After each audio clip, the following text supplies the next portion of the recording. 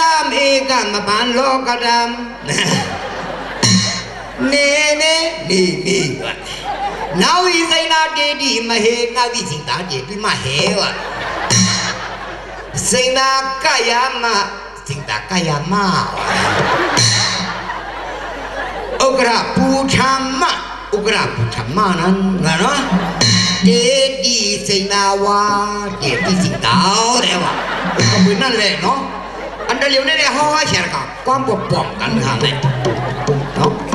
ดูเขาลูกการกันลูกเผื่อเขาเอากระก้าเขาพันเบอร์หนึ่งนั่นดีชิลายนะเงินที่นั่นเนี่ยเขาขับกุ้มแจมแถมด้วยศาสนาสิ่งด้วยวันมือเขาคำนั้นสั่งถูกหรือชีปืนเนาะในก็ปืนนั้นเขาย้อนเลยขอย้อนไปความเขาดีในเสียคนลูกใจก็มาหันบนไหนได้มาถามกำเหลียวยับจับพ่อไหนนั่นน่ะเยี่ยวกันเลยไอ้หลานใหญ่จะลำลุงหน่อยอยู่จะลำลุงเนาะลุงเยี่ยวเว้ยเนาะก็เขามาเยี่ยวกันไหนใครเจ๊ก็ทำไรเว้ยน่ะ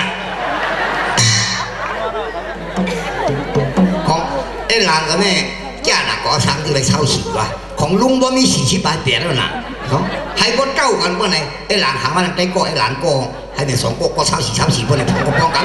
เป็นฉีเปลี่ยนมาเอาลุงก็เลี้ยวว่าไหนก็เจ้ากันขึ้นเลยอันนั้นก็บ่หายากนะว่าไหนหามา16 3ก็ไรเนาะไม่ก็ลุงเดี๋ยวเอากันอยู่เนาะเพื่อเอามา2 ขวบหลายๆเช่าฉีก็เลยลุงเอาก่อนนะ